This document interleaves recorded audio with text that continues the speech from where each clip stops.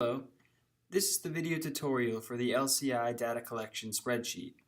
My name is Randy Yakel, and I'm currently serving as a consultant for Thread International. My contact information can be found here, and I can be contacted at any time. So let's get right down to it. When filling this out, before anything, just give me your company name, your contact telephone number and email, your name, and the location of your facility. And the whole point of this data collection form is so that Thread International can see what the ins and outs of their product are. How much water am I using when I make a t-shirt? Or how many materials? What are my emissions associated with that? These are all things that need to be known when conducting a life cycle assessment. And it's really simple to collect all the data, and I've laid it out pretty nicely for you. So first and foremost, the thing I need to know most is what's coming into your gates and what's leaving the doors after you process it. Right? And that'll be here in the technology represented section. So for the purposes of this video, I'm going to be doing a hypothetical orange juice example. So I would like for you to be specific in this portion, but for brevity, I'll say orange is in and then juice out. And so maybe your records can only be accessed over a certain time period. So you could say start today's date and 3 days from now, and then how much are you producing over those days, and in what units? Is it yards, kilograms, tons?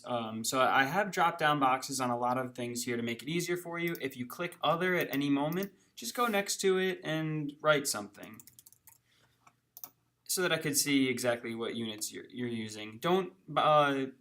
Don't try to convert to make things easier for me. Send me things in the units most comfortable for you, and I'll take care of the rest. I've made it so that some boxes only take numbers. So keeping up with the orange juice example, we could say 100 gallons. But say I accidentally say 100 letter. It doesn't let me type it in. Numbers only. So things that might go into making it, say your product or orange juice. So of course, oranges. And to make the 100 gallons of juice, maybe I need 500 pounds of oranges. And for material inputs, this is distance shipped to get to you. So say I'm buying my oranges from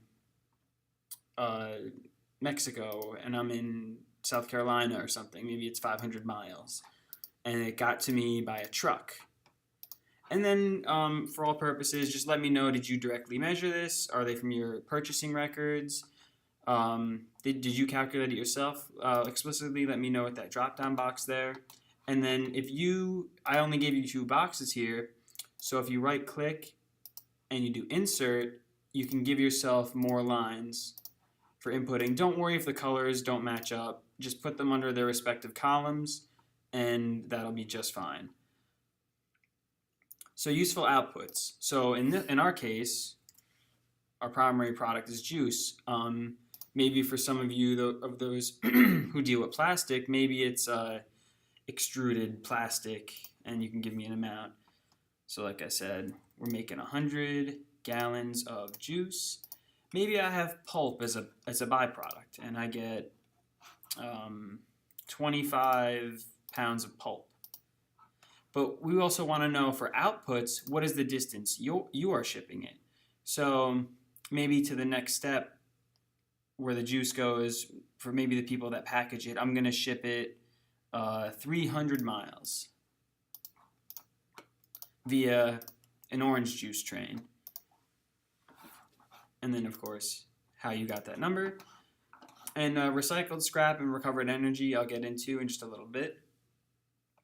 Water usage is important. So again, to make my 100 gallons of juice, the amount I specified up here, how much water am I using? So is it coming from a river, a lake? Maybe it's coming from the municipal tap, and I need maybe 500 gallons of water. Maybe we need a lot of water to make, oh, see, I made a mistake. Maybe I need a lot of water to make orange juice. I'm no orange juice expert. And so also, say you're using this water for cooling something that's hot. Maybe you're re-releasing this water after being used, but maybe not all of it. So again, this will give us a sense of maybe I'm releasing it to a river. This will give us a sense of net water use. So it's very important. Equally important is how much energy you're using. So energy comes from many sources. You might be on the grid, which I'd like for you to specify maybe right here, if convenient. Biomass, meaning maybe you're burning wood for power or heating. Natural gas, coal, oil. Again, if what you're using isn't there, you can just insert and write it out for me. So I've given you lots of different units you could be using. Again, other if it's not there. So solid waste. Maybe in the case of oranges, we have an orange peel. We don't want to do anything with that. So say for every 100 gallons of juice, we are getting 50 pounds of peels.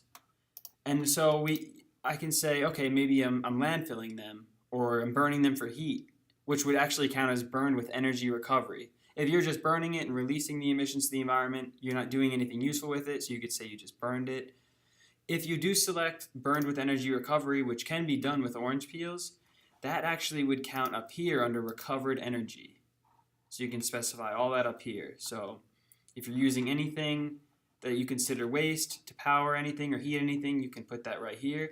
The same goes for recycled scrap. For those of you making water bottles or grinding them up, maybe there's scrap that you shovel up at the end of the day, you can put back in the machine, and you can make more water bottles out of it. We'd like to know that too. Lastly is just the emissions that you're giving off to the air and water.